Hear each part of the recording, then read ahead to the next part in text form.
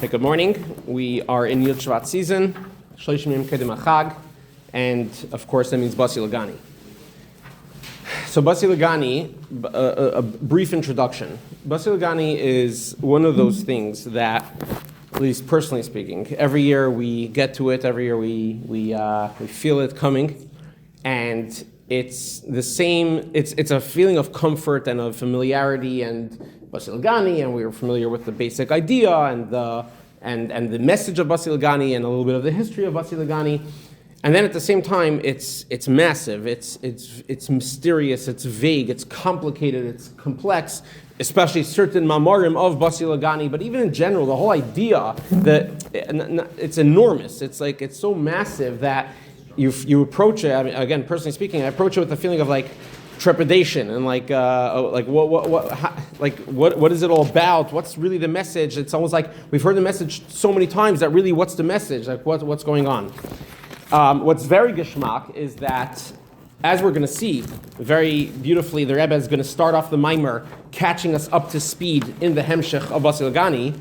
We're up to, this year, Tafshin Pei Vav, we're up to Ois Tes Zayin of the Friedrich Rebbe's Hemshech. So as we know, the Friedrich Rebbe gave out the Maamer Basi Legani and then prepared to have given out the Maamer Hayesheves Beganim. Basi Legani was for Yud Shvat, Tavshin Yud, which was his grandmother's yahrzeit, Rebbetzin Rivka, and Yud Gimel Shvat would be his mother's yahrzeit, Rebbetzin Shterna Sarah. And then, of course, on Yud Shvat Shabbos morning, the Friedrich Rebbe is Mistalik, and the Rebbe did what the Friedrich Rebbe was already in the plans. I believe was even already printed. To give out the kuntras for Yud Gimel Shvat, so that was also given out already. Then the Rebbe continued and gave out what the next plans would have been, the Friedrich Rebbe's, the Hemshech of that Maimer, which did not have a Dibur Maschil. The Rebbe did not add a Dibur Maschil for Purim, and that continued the next 5 prakim of the Hemshech, and then for Beis Nisan, the Rebbe Shab's yahrzeit, the last 5 prakim of the Hemshech. So it's one long Maimer of 20 oisias, 20 prakim, and it was divided up into 4 different mamarim. In previous years, we've gone through the exact history, where the Maimer comes from the Friedrich Rebbe's Maimer from Tafresh Pei Gimel, and which happens to be the second time that the Rebbe was by the Friedrich Rebbe in Rostov, and it comes from a Maimer the Rebbe Shab from Tafresh Nun Ches. There's a whole rich history behind the Maimer Basi Legani, even just from a historical point of view and context, but we're not going to delve into that.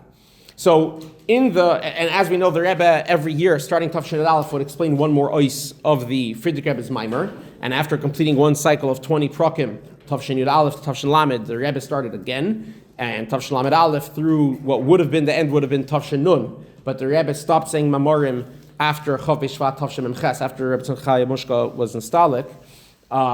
So we don't have from the second cycle on the last 2 prakim, Tafshin, what would have been Tafshin Memtes and Tafshin Nun, prakim Yutes and Chaf, but Chassidim understood that, and the Rebbe was Magia, the Mamarim, from the first cycle for those next 4 years, Memtes, Nun, and Alf Nun Beis, and then Chassidim obviously understood and they kept up the cycle. So Tafshin Ayin, we started a 3rd cycle, and now we're in for the 3rd time, we're in the cycle of we're in Parak Tez Zayin of the cycle. We're in the 16th parak of the cycle. So we have 2 years of Mamarim, Tafshin Chavav and Tafshin Memvav, 1966, 1986. We're going to learn the Maimer of Yud Shvat Tafshin Chavav. And because it's the middle of a Hemshech, and we're deep into the Hemshech, the Rebbe is going to very, very beautifully catch us up to speed in the first, this is a Bilti Muga Maimer, it's not edited. So this is we're using the Hanocha from Lahak, and they divided up into prakim. So we're going to, in the first parak of this Maimer, the Rebbe is going to be Mekatzer. So we'll see it directly in the Rebbe's Maimer. But as we're going to see, page Yud Daled. So, page Yud Daled of the booklet. So what we're going to see is that this year's parak Tez Zayin, the topic is Orein Sa'if L'mayla Adiketz L'mata Adin Tachlis. It's not the first time in the Hemshech that the Friedrich Rebbe is discussing this, not at all, and we're going to see that we're deep into this discussion. But what is the Zoyar saying with that line, Orein Sa'if L'mayla Adiketz L'mata Adin Tachlis, that Orein Sa'if, that in a certain sense, almost the essence of Hashem, on the one hand, it's L'mayla Adin Ketz, which means it's Behelim Achar Helim, as we're going to explain. It's extremely concealed At the other hand, it's lamata adin tachlis, it's extremely palpable and present. And it's the paradox of Elikos, as we're going to develop at length, how it's so present, yet so mysterious. And I feel that it's like Basi Legani is the same, exactly what the teichen of specifically this mimer is, about Elikos being this, you can't put your finger on it, but it's so important, it's so powerful. I think Basi Legani is the same idea. It's so important, it's so powerful, it's so crucial to our generation, the message of Basi Legani, even with the enormity and maybe sometimes even the complexity of it. And I think that being Chassidus Chabad, and the Rebbe is starting Der Shvi of Chassidus Chabad with Yod Shvat, Tavshin Aleph, with the first Basi Legani, of the Rebbe's Basi Leganis, he's giving us, and let's approach Basi Legani with Chassidus Chabad approach. Chochma Bina Das. Let's appreciate that there's an inyan of Chachma, which means there's ideas here. There's massive ideas. And yes, sometimes those ideas are very complex and very nuanced, and especially certain mamarim of Basi Legani. There's also the Bina element. We have to try to learn and understand and comprehend and actually, chew over and process the information. And then, of course, there's a Das. There's the relevance and the application and the meaning and the connection. And especially when it comes, this is of Old Chassidus, but especially Basi Legani, which is the cornerstone of our generation. And to finish out this introduction, to one thing that I found this year in preparing Basi Legani is that, as we all know, that Basi Legani is a pasuk in Shir Shirim, and the Friedrich Rebbe starts off the mimer quoting the Medrash. The Friedrich Rebbe says, "V'isa b'medrash Rabbah bim koimoi," meaning the Medrash Rabbah on that pasuk, which means the Medrash on Shir Shirim Rabbah. And there's a diok that Chassidim say that what's the diok of bim koimoi as opposed to what? Because really the Medrash says this vart of Ikar Shechina b'tachtonim Ma'isa, as we're going to see. The Medrash says this in 3 places, and the Friedrich Rebbe wants to be medayik that he's taking it from the Medrash Bim koimoi and Shir Shirim.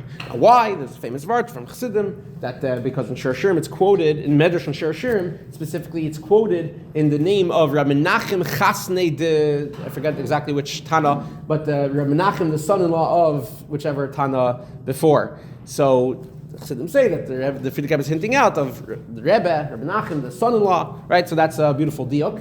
But this year I spent a few minutes looking at the other midrashim where it says this vart, not bim koimoi, and so geschmack in Bamidbar Rabbah, and you see in Ha'ara 7 the exact reference, footnote 7 again we're on page Dalet. Bamidbar Rabbah.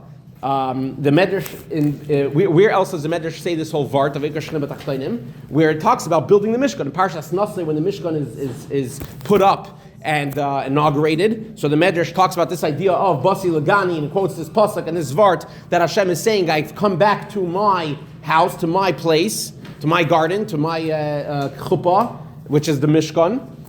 And over there, the Medrash has a beautiful vart. The Yidden are spending time and a lot of energy putting up the Mishkan, and not only building the Mishkan, but actually putting up 7 days, up and down. And as we know, a whole thing that it was really ready on Chafi Kislev, but Hashem pushed it off the Mishkan. And the Yidden were very nervous, like, what's going on? Hashem doesn't like it. So the Medrash says a mashal that a king, that they built him a palace, and he's not going in. So the nation are like, they're crying and they're screaming, they're asking the king to go into the palace. So finally the king enters and he says, don't worry, I'm here. So the Medrash says so too. The Yidden build a Mishkan, and they're not sure what's going on. Like, is Hashem going to come down? And it looks like it's being pushed off, and the Yidden are nervous. Remember, this is supposed to be a kapar for Chet Egel, so the Yidden have really good reason to be nervous. Until, and I'm quoting the exact words of the Medrash over there in Bamidbar Rabbah, Shalach lehem al-yedei Moshe. So Hashem sends a message through Moshe. Mo atem yireim. What are you scared of? Kvar Basi Legani achoisi kala. I've already come into my garden. In other words, I'm here. Don't worry, I'm here. And it's almost like you read that Medrash, it's like, yeah, Moshe, the Rebbe is coming, Yud Shvat Tavshin Aleph, and the Chassidim were very nervous. What's going to be, right? And the Rebbe is not accepting the Nesius, and the Rebbe is not saying Mamarim, and we know the story that by that Farbringen, Yud Shvat Tavshin Aleph, the Rebbe was saying Sichis, and finally a Chassid, Sender Nemtzev, he stands up and he says, Rebbe, the Sichis are Neshein, but the Chassidim will Chassidus. The Sichis are very nice, but we want a Maimer, because we want a Rebbe, we want the Shechina down here. And as we know, the Rebbe started off the Maimer with a little bit of a preface, which was actually common in the first few years. It wasn't just Basi Legani. The first few years, very often the Rebbe would start off a Maimer like in the middle of a sentence, and that time the Rebbe started off in the Maimer was the Rebbe the Shreya the Reis Geben for example Yemilula. I forgot the exact words. In the Maimer that the Friedrich Rebbe gave out for his Yemilula for Yod Shvat, the Friedrich Rebbe says Basi Legani Chesika. You can hear it on the audio. Right? The Rebbe starts the Maimer. It's like mamish, like exactly the Medrash describes. Yidden are freaking out. What's going to be is Hashem pleased with us, and Moshe comes with the message. Don't worry, Basi Legani Chesikala. That's how the Rebbe starts off Der Shvi. So of course it's a cornerstone Maimer. Of course it's a powerful Maimer. And again, in the Chachma Bina Das layers of appreciating the yes, even the complexity, for sure to understand as much as possible, and most importantly, if we could say, to come out with the practical and relevant messages. So let's go. Page Yudald of the booklets. Basi Legani Chesikala, the pasuk in Shir Hashirim, which is all a love song between Hashem and the Yidden. So it describes one part of the marriage, which generally we know the marriage is a reference to Matan Torah generally, and as we're going to see here, it's Matan Torah as it becomes palpable in the Mishkan. So Hashem describes that chasana of Matan Torah, Basi Legani Achoisi Kala, my sister, my bride, which is different levels of the relationship of Hashem and the Yidden. I've come to my garden. So the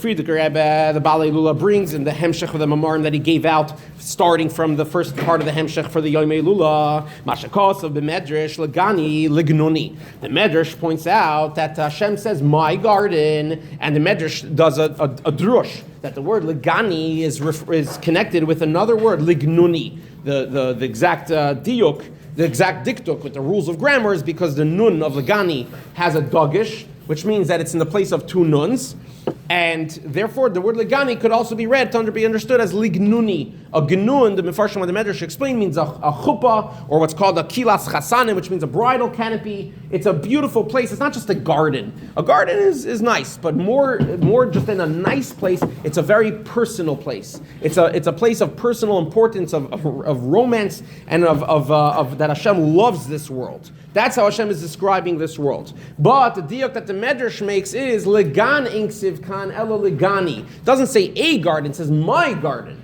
You don't say, it wouldn't be correct to say, I bought my car. It wasn't your car until you bought it. You bought a car, then it became your car. So what does it mean that by Matan Torah Hashem said, I came to my garden? In other words, that I married the Yidden, and not just the Yidden as a nation, but the world as a whole, that now I have this relationship, this connection with the world. So if it's the world, then why is it my world? Just because you created it? That would be the simple answer. But the Medrash points out it's not just that Hashem created it, it was that it was already Hashem's garden, it was already Hashem's canopy, it was already Hashem's personal place, even before Matan Torah. When? The place where I was in a very set, in a very powerful way already before, the Ikar Shechina Batachtonim Oisa. Because already from the world, the beginning of the world's creation, Hashem already came with his Ikar Shechina. Hashem was already here in a very powerful way. אלא שאחר כך עניין ידי חטא צדס, והחטאים של האחר זה סילקוס השכינה מהארץ לרקיע א', אחר כך לרקיע ב', עד לרקיע שביעי. The Medrash enumerates that, starting with חטא צדס, and then the subsequent Averis, the major Averis of the different generations, they pushed away the Shechina one level at a time, from the earth until the first level of the heaven, to the second level of the heaven, all the way up to the highest level of the heaven, the seventh level. And as we explained in previous years at length, so this time just bekitzer, what that means on a simple level, they pushed away the Shechina to another level of heaven, means Pashat that through Averis Hashem's presence is not as palpable in the world, is not as obvious in the world. You look at the world and you don't see how it's Hashem's world. And that was because of the Averis. That's not the way it was by default when the world was created. In the beginning, in Gan Eden, you looked around the world, you saw Hashem's world. You saw Hashem, you felt Hashem in a clear way. And Hashem was removed. Hashem's presence was removed from this world because of the Averis. Averis make the entire atmosphere of the world to be fargrept, which means to be concealing over the presence of Hashem, the obvious presence of Hashem. The Medrash continues.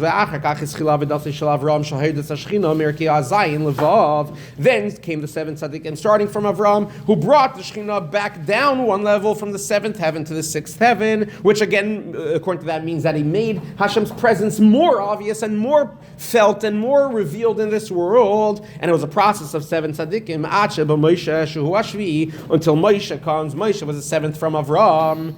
And the Friedrich Rebbe quotes from another medrash in his Basi Legani, in parentheses, V'chol Hashvin Chavivin, which is an obvious reference to our generation, to the Rebbe's Basi Legani, to the Rebbe's to Rebbe's Nesias, that all seventh are automatically precious. There's an inherent preciousness just by virtue of being the seventh. Obviously, that means you have to continue the legacy of the first. Seventh of what? What makes you the seventh? Obviously, it means that you're part of that chain, you're part of that link, which means that you're perpetuating that legacy and that dynasty of the first. But yes, Moshe, or in our case, the Rebbe, the seventh generation, are coming and completing that work, but in the most important way, that's not just one level closer, but it's actually here. That Moshe Rabbeinu is bringing the Shekhinah back down into this earth, Lignuni, that it becomes the place, by Matan Torah, it becomes the place where Hashem's presence is felt in a very beautiful way, in the marriage way, but the point is that Hashem was always here in the first place.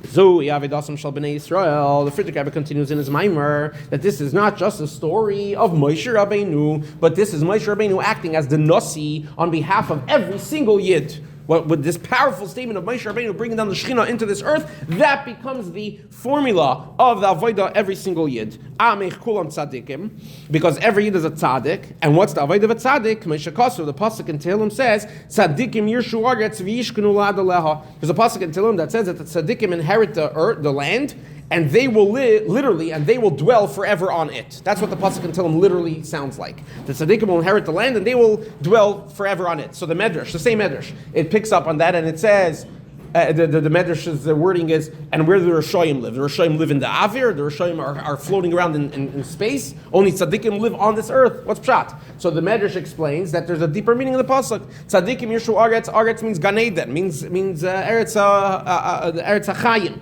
The tzaddikim inherit the highest levels of connection to Hashem. Why? V'yishkenu la'ad aleha, v'yishkenu hainu, meaning the Medrash says, so I'll quote from the Medrash, shetzaddikim yishu aretz lefi shehi mashkinim. The word yishkenu literally means they live, but you could read it, the Mefarshim of the Medrash, the Rebbe quotes in Ara 8, it's quoted in R8. The Mefarshim Medrash explained that the word Yishkenu could be read as Yashkinu. Not they live, but they make live. They bring the presence. They bring down Umamshichim Bechinas Ad, the level of Ad in the first Basi Legani, Tavshin Ad Aleph.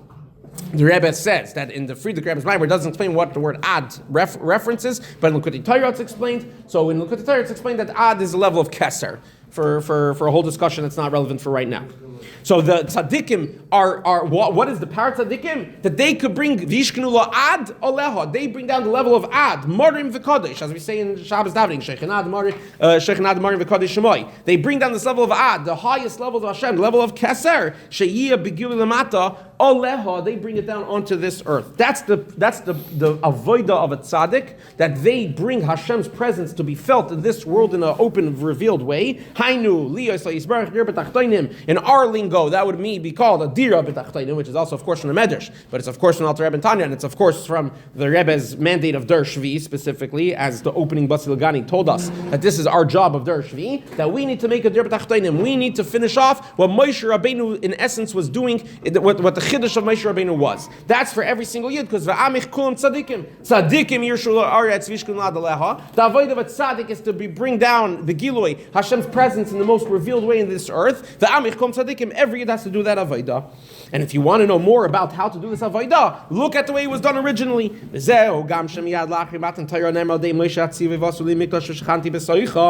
That's why immediately after Matan Torah we segued directly into the building of the Mishkan.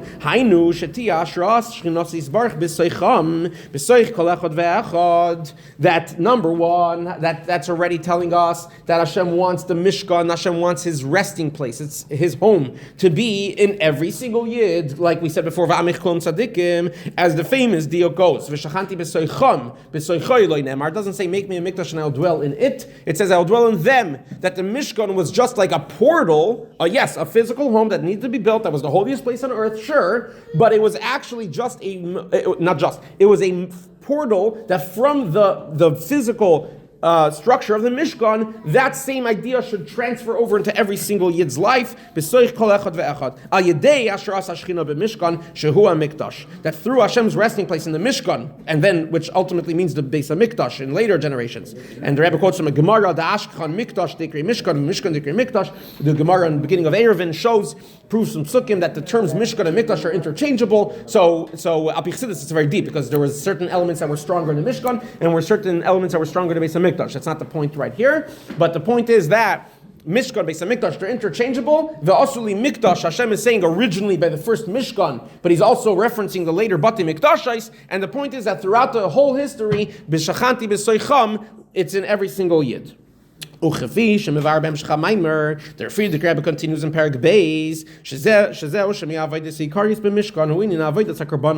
This is so now that we appreciate that the Mishkan is not just a thing for itself as part of history, but it's actually the formula for every single Yid to do the avodah of Matan Torah, of Basi Legani, of bringing the dir, of making the dir b'tachtonim. So now let's focus on the Mishkan. Number one, what do we see in the Mishkan? That the primary avodas in the Mishkan was karbonis. The inyan karbonis. The whole idea of karbonis, as we know, that karbonis comes from the word kiruv, karev, closeness. Who kiruv kol hakoyches, page tesvav. It's for the Yid to come close to Hashem with his entire being. Quoting from Zoyar, that which the Fritz quotes in the Hemshech, that the power of a carbon was that it reached the secrets of Ein Sof. In other words, the carbon was an extremely powerful way of bringing Hashem's energy down into this world. And that is the avodah of every single Yid to bring karbonis. And the Friedrich Rebbe's Meirich in Perek Beis, and the Rebbe's Mamorim of Tafshin Yud Beis on that Perek, explaining the power of karbonis. Continuing the Hemshech, we're not stopping here. The Oidzoi, moving on to Perek Gimel. V'shamishka nase me'atze yeshitim shemehem naso krashim. Yeah, again, when I say Perek Gimel, meaning the Friedrich Rebbe moves on in Perek Gimel, that another point in the Mishkan that again shows us how it's a prototype of a Yid's avodah is that the Mishkan was made from Atzi Shittim, from acacia wood. And from the acacia wood, from Atzi Shittim, we made the kroshim, the beams.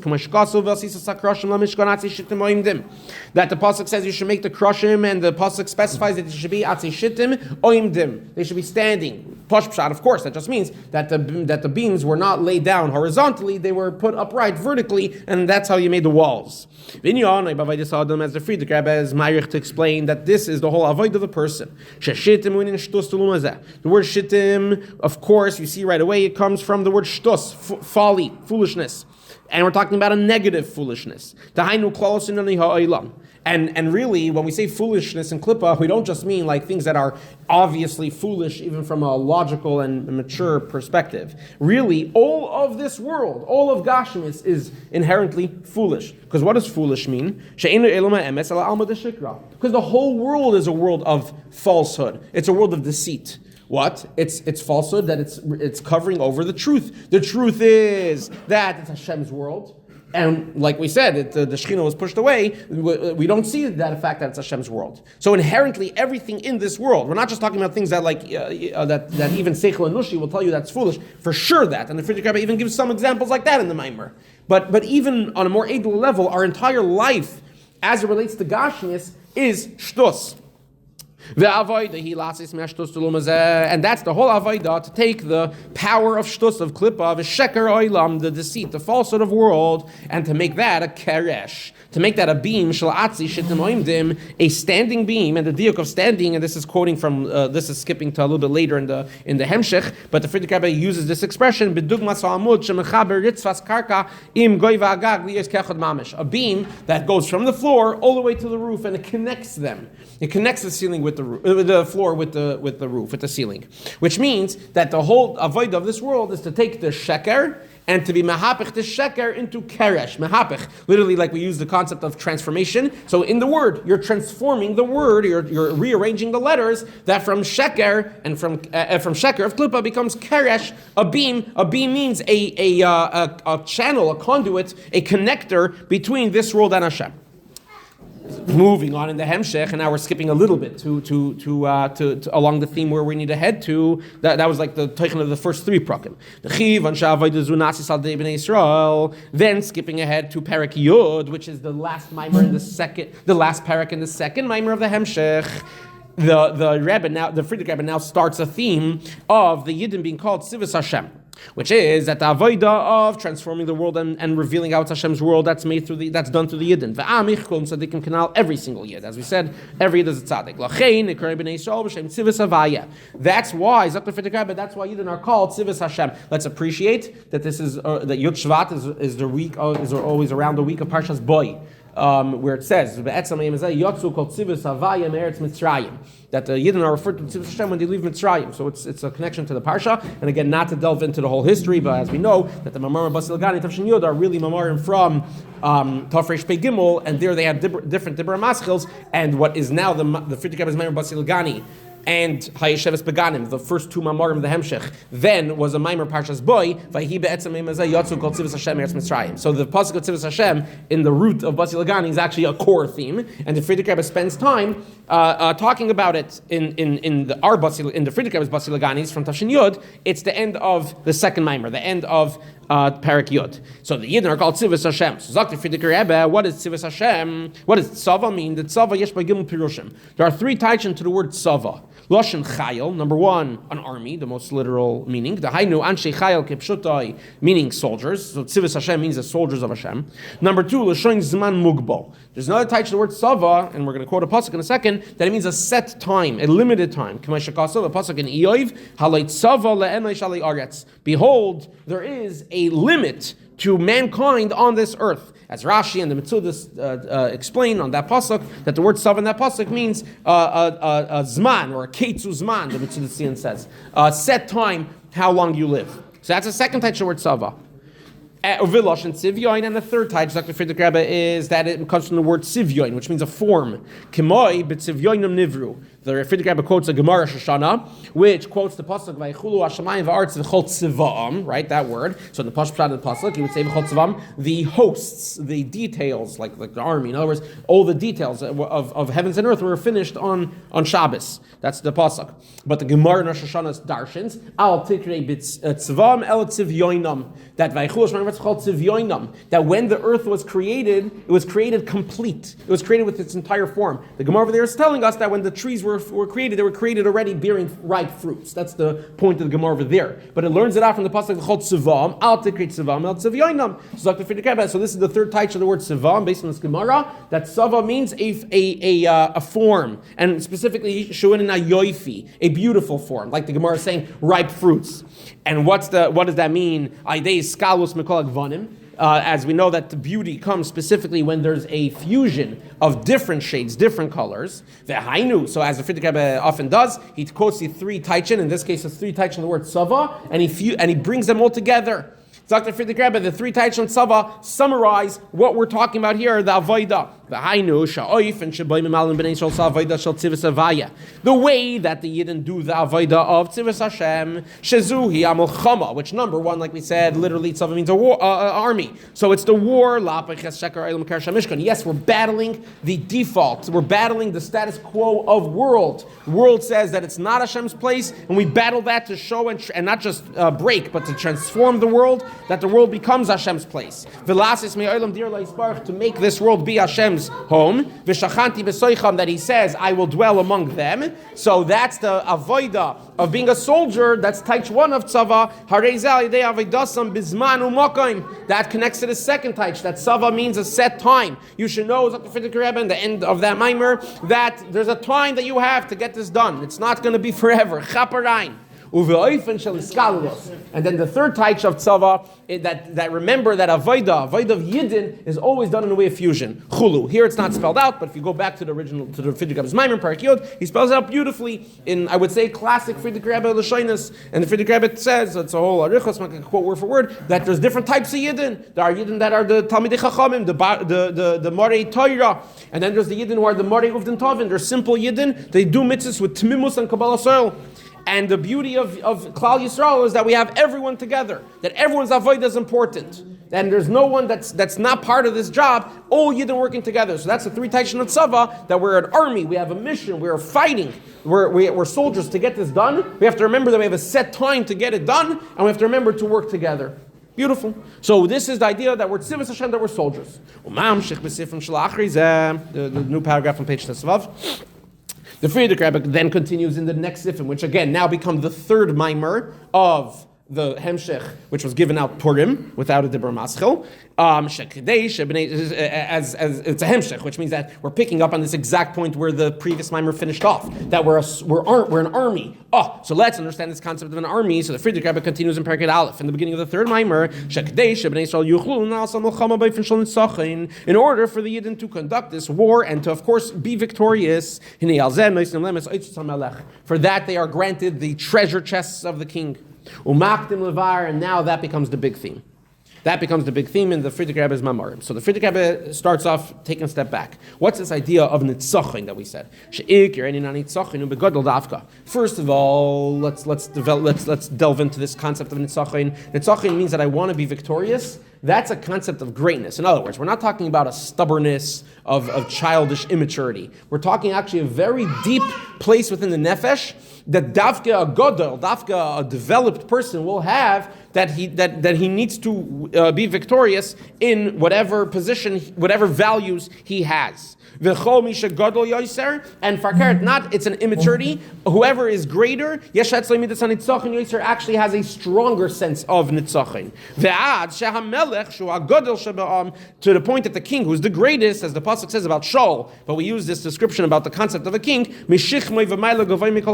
Shaul was literally heads and shoulders above the rest of the people. He was tall, but as Chassidus explains, it's also meant that his shoulders, which means that his midos, the shoulders is the beginning of the midos, was higher than everyone else's heads, which means everyone else's moichin. Even Shalom Melech's midos were more developed than people's moichin. Kal v'chomer Shalom Melech's moichin. That's not our sugya here, so we don't need to delve into that.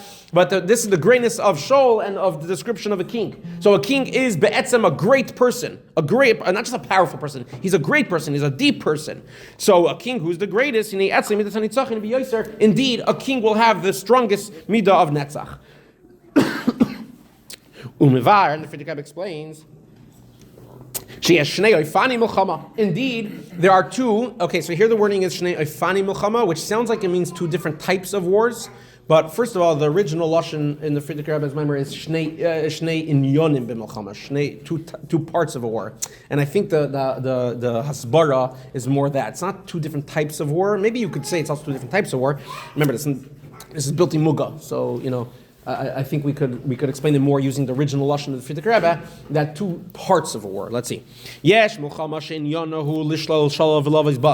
is a war, or let's say there's a part of the war where it's about an ends. It's about a result of, and actually very literally, of conquering, of looting, of gaining more resources, more land, more money.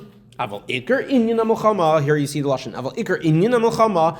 But the main point of the war, see, not a different type of war. The main point of a war, hu natzech semnagid. I want to win, just for the sake of winning, not for what I get. Now, okay, it sounds nice, sounds right, but the Friedrich Rebbe is going to prove that is actually, you see, Pasha, it has to be that's actually the main point of the war.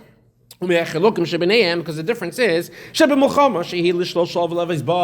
in a war, or if the whole war was just about conquering land and getting more resources, as I shaykh in shal cheshbin, then there has to be a calculation, there has to be a chart by which we can measure how much it's worth it. How much could we invest into the war?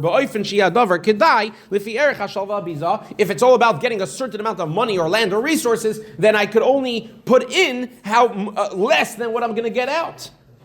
But when the war is just for the sake of winning, then the king will not only spend all his money, he'll spend it recklessly. That's just wanted to put credit, that's the word that Rabbi Palti always uses for bizbuz. I love it. Reckless. And it's his own treasures that he himself amassed. And it's the treasures that his parents and his ancestors have amassed generation after generation. That if not for the concept of winning the war,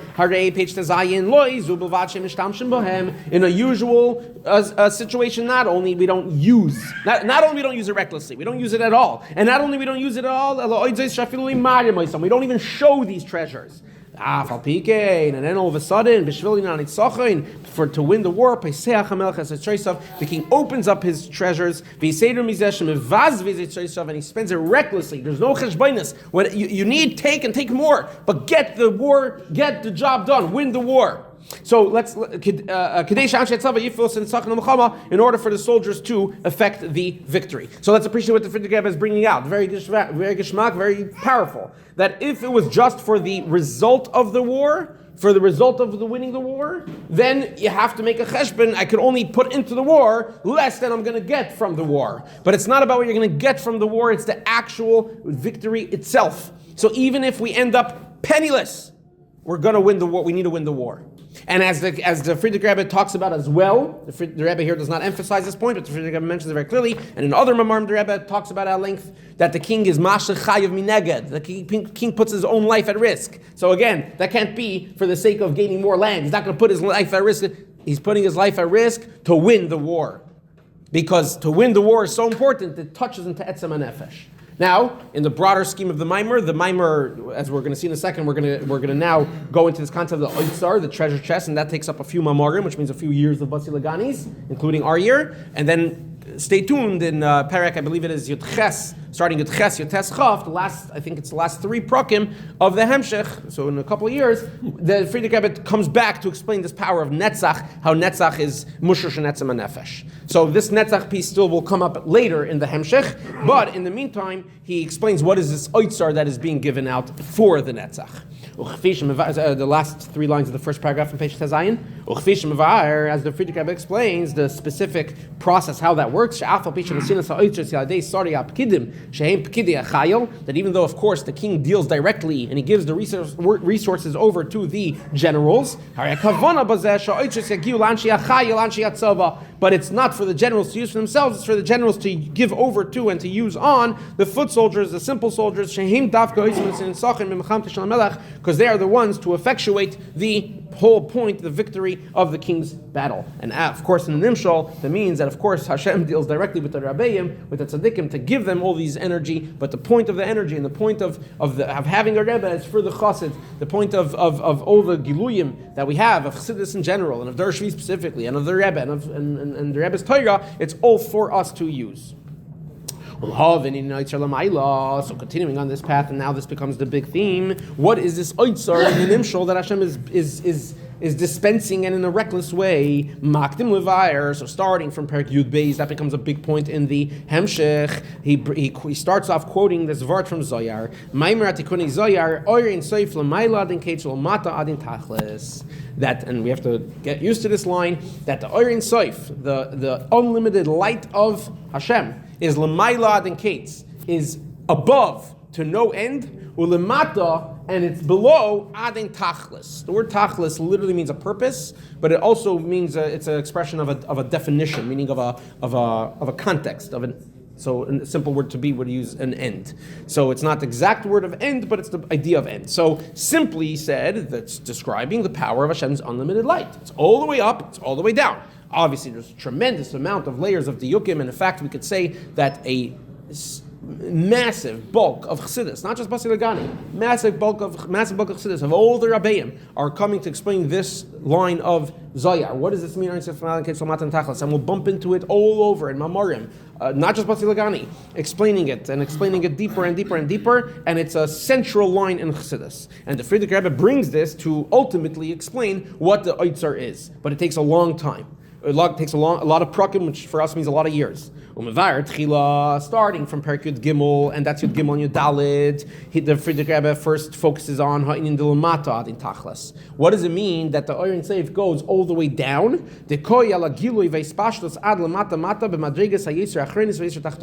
And of course, it takes 2 prakim to explain, but in one line, it means Ki'ilu, simply that the revelation and the extension of Hashem's Oir in Seif, goes all the way down to the lowest levels, to the lowest worlds.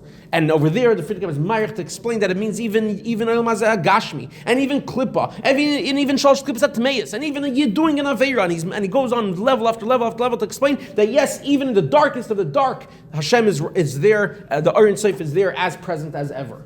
Okay, that's one Teichen. That's Perek Gimel Yadalit with all the Basi Leganis on that. Then the Friedrich Rebbe continues Perek Tesvav, which is last year's Perek. Then we switch tracks and we go all the way up. What does it mean that Hashem is all the way up? And again, in one line, it means not the way that Hashem is misgala and mispashet, not the way Hashem is being revealed, but on the contrary, the way Hashem is being hidden and concealed, that the oir is so hidden, is so concealed, all the way up. What does that mean? So in the broader scheme, remember that we're talking about the oitzar. The kivan shenyani shelo oitzar shu safon v'tamun komos v'chasum mein kol raya. Because the whole idea of the oitzar, as we described simply in the mashal, is that it's inherently hidden, it's inherently concealed. So hinekidei leida lahavin ba'imik yoiser hayoker shelin na komos tzarich levar tchila hayoker shelin na giloi. So.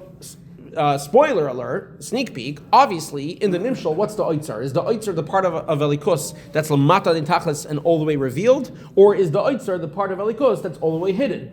Oitzar, by definition, means that it's stored, that it's treasure, it's a secret, a hidden treasure. So obviously, ultimately, the Oitzar is going to be connected to the Lamaila Adin Kates half. So the Rebbe is explaining Pash Pshat in the Hemshech. What's going on? The Friedrich Rebbe introduces to us this line. He spends 2 prakim talking about the Lamata Adin Tachlis, the power of Hashem's extension and revelation into even the darkest of places. Not that that's the Oitzar, but to appreciate the power of the Oitzar. In order to appreciate and understand and appreciate the depth of the preciousness of what's hidden in the Yiddish,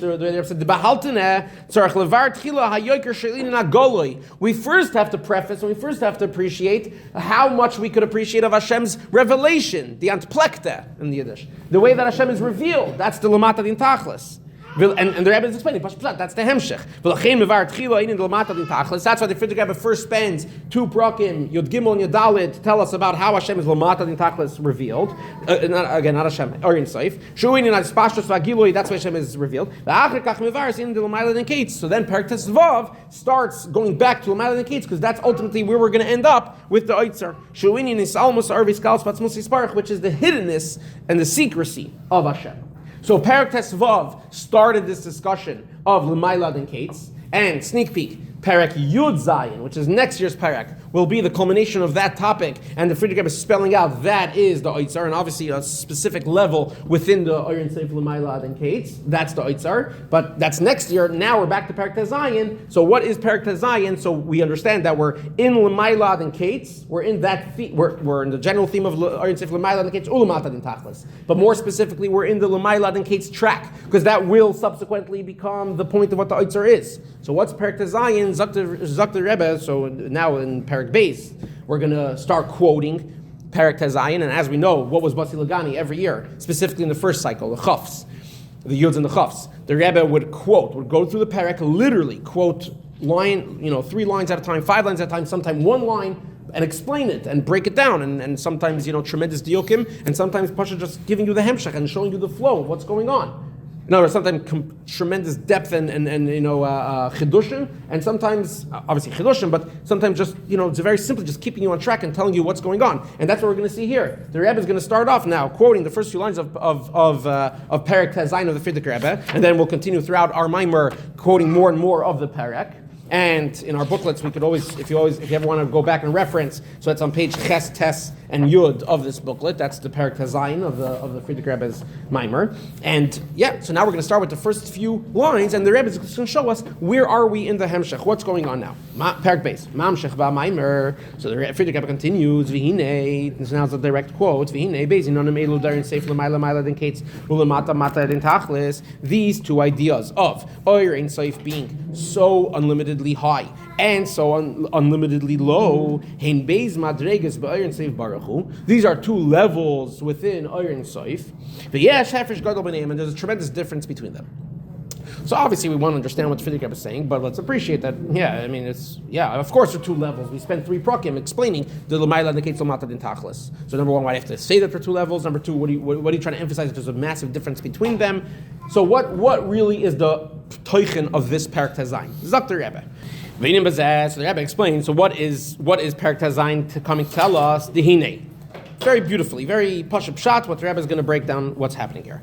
Ad aton isbara pirish the Orin Seif Lamaila den Kates Lamata den Tachlis Kifi Shehu Kipshotai. Until now, in the Friedrich Rebbe's Hemshech, so again, Parak Yud Beis at Gimel Yudalet Tesvav, we were explaining this line of Orin Seif Lamaila den Kates Lamata Tachlis in its most literal sense, and the Rebbe puts in here an interesting line: Hainu derech hapshat b'nister de Torah. How much pshat we could have in Zoyar. Remember, it's a line from Zoyar. Fine. But in the simplest level of this nister, of this line from Zoyar, what is it? She'orin seif oila l'mayla mayla v'nimshach l'mata mata. That Hashem extends above and below. She'aliyah l'mayla v'amshach l'mata heim bebeis mekaymis nifradim. Which, if you think about that, means that there are two extremes, and then we're telling us that Orin Seif exists in those both extremes. Parak Design is not continuing this conversation. Parak Design is a whole new part of the conversation about Orin Seif. The Rebbe is learning Pshat in Parak Design, that the Friedrich Rebbe is now telling us a חידוש. Not the Pshat in that line of Zoyar. Shebeis and Yonim de Lamayla Mayla den Kates Lamata Mata den Tachlis Yeshnam Gam Be Mokim Echad Be Orin Seif Kefi Shehu Ba'atzmoi. We're not just telling you that Orin Seif extends everywhere. We're defining what Orin Seif itself is. Orin Seif itself is L'mayla de Kates Lamata den Tachlis. So my own 2 cents, the way I understand this, and I think it might make it clear, the way you read the line literally, and let's think about the diuk of the words. Orin Seif L'mayla adin Kates U'Limata adin Tachlis. Orin Seif is to, meaning it goes to the highest and to the lowest, which means that there is the existence of highest and lowest, and we're telling you that don't worry because Orin Seif will go everywhere. Comes the Rebbe and says that what the Friedrich Rebbe is bringing out in this parak is that line of Zoyar is telling us something a lot deeper, not just that Hashem is everywhere. And the Rebbe quotes from, where you're going to see at the end of this paragraph on the next page, Har 31, it says that which means that year, Tavshin Chavav, 1966, Yud Shvat was Monday. So the following Shabbos, which was Shabbos B'Shalach, the Rebbe gave a hemshech to the Maamer Basi Legani. And the Dibur Maskal is Vayoylech. Now, why is the Dibur Maskal Vayoylech significant? Because this is Tavshin Chavav. It's 60 years from Tofreish Samach Vav, Hemshech Samach Vav. And in Shabbos B'Shalach, Samach Vav, Tofreish Samach Vav, the Rebbe Shab had a Maamer Vayoylech. It's part of the hemshech of Samach Vav. And over there, the Rebbe Shab goes. It starts a whole hemshech about this very topic of Orin Seif L'mayla Tachlis. So Shabbos B'Shalach, Tavshin Chavav, it's perfect. We're in Basi Legani mode. We're in Yud Shvat mode. We're 6 years from Tafresh Samach Vav. So the Rebbe develops a whole idea of this concept of Orin Seif L'mayla Tachlis based on that Maimer in Samach Vav. So over there in Samach Vav, the Rebbe Rashab says the following idea. And there's another Maimer, just to say, V'nocha Tavshin Yadalad, which I believe is also Muga, where the Rebbe develops this idea further. So I'm just giving the resources for anyone who wants to check it up. The point is as follows. If that was the whole concept of Orin Seif L'mayla Kates Lamata Tachlis, telling us that, there are extremes, there is above and below, but don't worry, Orin Seif is everywhere, that's how powerful it is. So just say, Leis Asar Ponim Minei, which is, in fact, a different line in Zoyar. Leis Asar Ponim Minei, there's no place empty from it. You're describing that Orin Seif goes everywhere. Okay, so it's not about L'mayla and Lamata. Hashem is here, Hashem is there, Hashem is truly everywhere. That's what we're saying. Why is it so powerful to say that Orin Seif L'mayla den Kates Lamata den Tachlis? The answer is because it's not just describing that Hashem is everywhere that exists, that there is a Mala, there is a Mata, and Orin Seif is everywhere. It's actually a description of Orin Seif itself. Orin Seif itself contains Mala Mata. So my own 2 cents is that it's almost like appreciating the line that's not Orin Seif L'mayla den Kates or L'mata den Tachlis. Pretend it says Orin Seif Mayla adin Kates Umata adin Tachlis. It's not lit. It's not a destination. It's a description of what it actually is. Like the Rebbe said, this is not the pshat of that line in Zoyar, but this is the חידוש, what the Friedrich Rebbe is developing in this year's parak and parak Tezayin. A description of Orin Seif itself. Wow. Okay, let's develop this. This becomes now the idea of at least the beginning of this year's Basi Legani. Here we go. Let's back up 2 lines to read that again. So we're like 8 lines from the bottom of page Tezayin. Ve'ata. Now in Parak Tezayin, the Friedrich Rebbe is adding and giving us this חידוש that the 2 ideas of L'mayla Mayla and L'mata Mata are not just 2 places where Orin Seif is, but Yeshnam Gam b'Mokim Echad b'Orin Seif Kefi Shehu Ba'atzmoi. It's 2 things, it's 2 levels within Orin Seif itself. In our Seif itself, it's two levels. And the point is that our Seif itself contains not just two things, but two diametrically opposed things. So let's go back now to the lines of the Friedrich Rebbe that the Rebbe starts quoting in this paragraph. Now we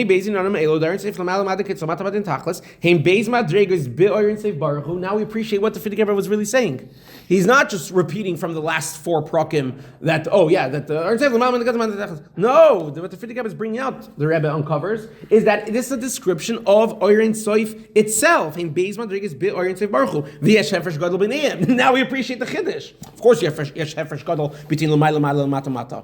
That's a hefresh gadol in the Maila and the Mata, and then saying that Oirin Soif is everywhere. But now, yesh hefresh gadol, that one thing, Oirin Soif itself, contains two things which are total opposites. That's the חידוש of this line of Zohar, the way the Friedrich Rebbe is explaining it here.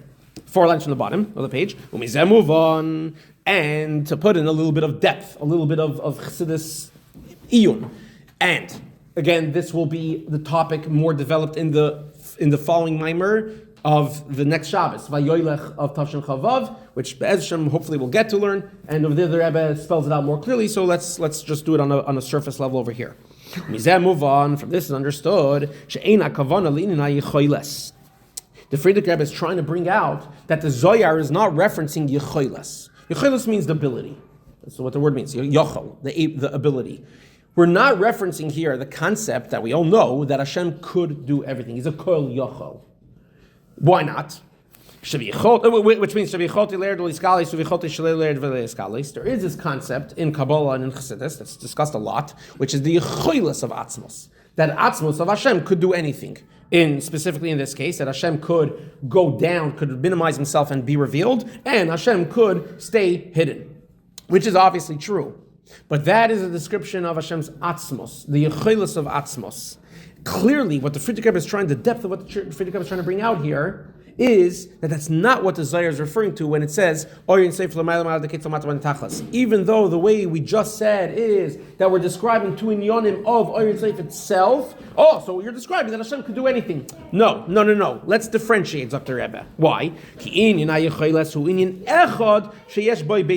very deep and very subtle point. Yecholes means that there's only one thing that could manifest itself in two, or actually many, such ways. Right? So it's like saying a person is able to do anything, which I don't mean anything like to fly necessarily, but anything that is within the capability of a human being to do, the person could do anything. I wake up in the day, I could do anything, which means I could go right, I could go left, I could go to school, I could go to work, I could go to the store, I could do anything in that limited context.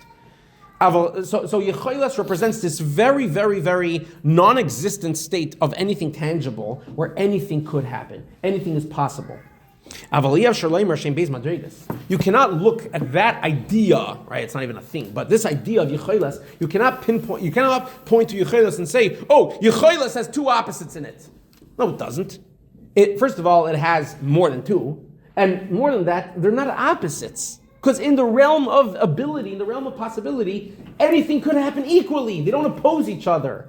They only oppose each other as they become specific topics for itself. If I were to say, I could sleep in or I could wake up, so then sleeping in is very different than waking up. But in the concept, deep within the person's ability to do anything, sleeping in is not a good muscle because it's not a doing thing, it's not an active state. But I could go right and I could go left. So right and left are diametrically opposite, but they're only diametrically opposite once I actually go right or left. But in the ability, in the very subconscious state of the human being to be able to go right or left, they're not opposites. It's one concept that a human being could do anything.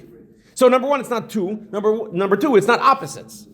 And the Rebbe like mamish splits the hair over here. And even if you're going to say, yeah, shebeis madregas, I know beis tenuas. Right. You're describing two opposite things. So it's two, because you have to start boiling it down to right and left. Or let's go to the nimshal, gilui or helim. You have to be able to say that it's either gilui or helim. So maybe Yecholes does contain two opposite things. In other words, back to our point, maybe the line of Zohar, Oirin Soif L'mayla L'keitz L'mata D'Tachlis, is referring to Yecholes. Because in the state of Yecholes, of Atzmos, it could be Maila and Mata. Why not? Zakter Rebbe, Mikol Mokoim, Ef Shaloim Shesh Hefresh Gadol B'neihem. I'm sorry, I snuck already in this point earlier. The Rebbe says, at that point of Yechilas, you can't say that they're opposites. You can't say that they're different. I could equally do one versus the other, so I can't focus on the opposition of one versus the other. Therefore, we must say, Pashat Pulpul in the Friedrich Rebbe's words,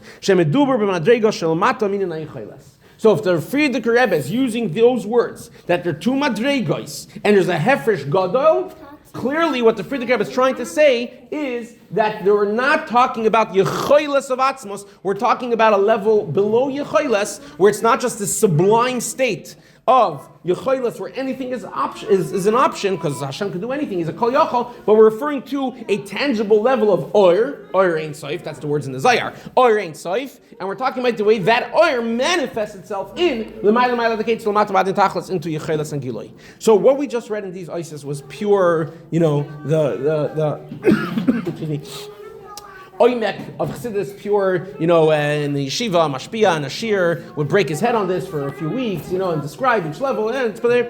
What's ultimately the point? First of all, in our Maimer, not really anything. Who cares? Who cares if it's a chels or ar? So again, let's appreciate that in next Maimer, Vayoylech, the follow-up to Basi Legani that year, the Rebbe spends time explaining why it's important for the Friedrich Rebbe to say that it's ar not yecheles.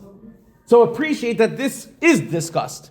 Who cares if it's Yecheles or Ar? The Rebbe will go a whole the next Maimer, the next Shabbos, explaining what the difference is and why, for the whole theme of Basi Legani, it's important that it's Ar and not Yecheles. So it's there, not in our Maimer. In our Maimer, so far, we just read a deep Vart of Chassidus, and specifically in the theme of this line, that the Friedrich Rebbe is telling us that Ar and Seif L'mayla the Kates L'mata Mata Din Tachlis is two Madregas and Ar and Seif that are very different, and the Rebbe is Medayik, that the Friedrich Rebbe is showing us that it's two levels within Ar and Seif itself, and it's two levels within Ar and Seif itself. It's a description of Ar and Seif itself, and that means that it's a level of Ar, not Yecheles. Okay. Let's finish off this week's share with the question of the next paragraph. But seemingly we have a question. This is a fundamental question of Chassidus. Ar ein Seif means there's no limit. It means that there's no constraint. So Maila and Mata are inherently constraints. Let's appreciate the diuk in our Maimer's context. This is a question throughout Chassidus. What's pshat? Ar ein Soif l'mayla the Mata Tachlis. It's a stir b'nei ubei. Ar ein Soif means that there's no gedarim, that there's no values, and then you're saying l'mayla and l'mata. So let's appreciate what we did here.